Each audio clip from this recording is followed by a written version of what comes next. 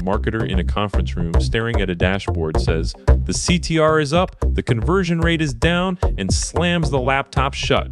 The client's voice cuts through the silence, "But it's still 2.3% CTR, we're getting clicks."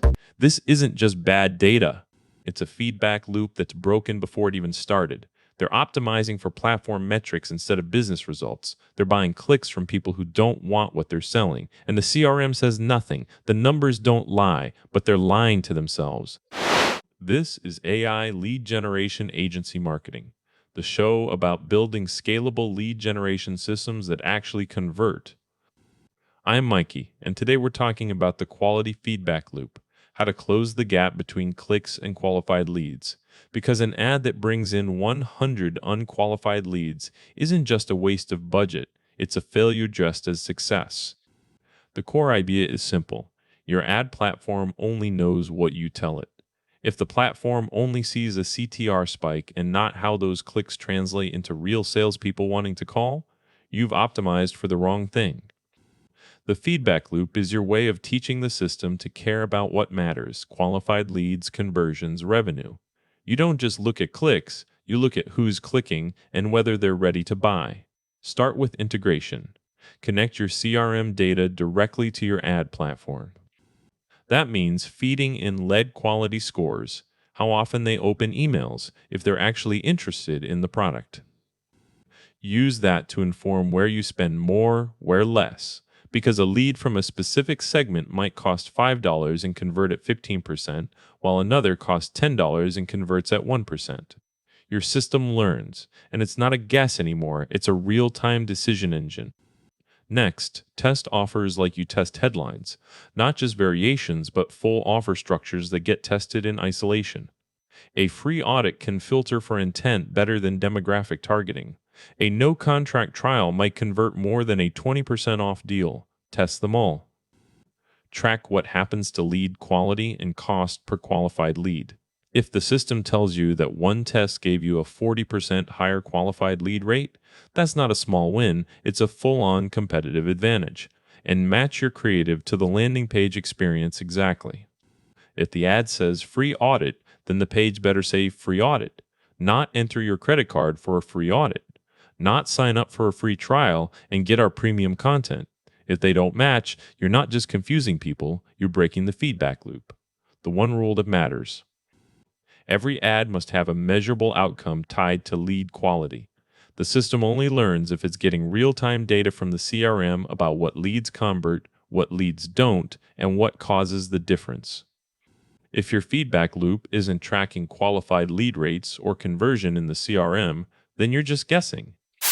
Here are the mistakes people make and why they cost them everything. First, they skip integration.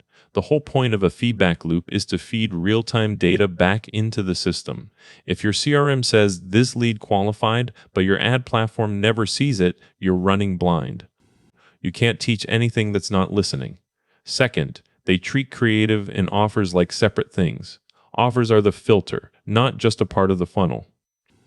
You can have a perfect creative that says free audit, but if the landing page asks for a credit card, you're losing the very people you're trying to attract. If you don't match what the ad promises with what the page delivers, it's not just confusion, it's a silent killer of quality. Third, they don't test offers deliberately. They do one or two tweaks and call it a day. But if your offer is a no-contract trial and it converts better than a free audit, you want to know that. You want to run tests in controlled conditions and measure how much better the offer is for lead quality. If you don't test with the same rigor as you do headlines or images, you'll never know what really works. And finally, they forget to monitor it. The loop isn't a one-time setup. It's a system that learns over time. If you stop looking at lead quality and start only checking clicks, the feedback loop dies, and your business dies with it. This is not about clever headlines or pretty creatives. This is about learning from the leads you're already generating. The system doesn't just learn, it improves. It learns which audience segments generate more qualified leads, which landing page experiences convert better, and which offers drive intent over curiosity. And when you get that right, your entire funnel becomes self-improving. Let me tell you how the feedback loop works in practice. Every campaign has 3 layers. First is ad performance, click-through rate, impressions, CPC.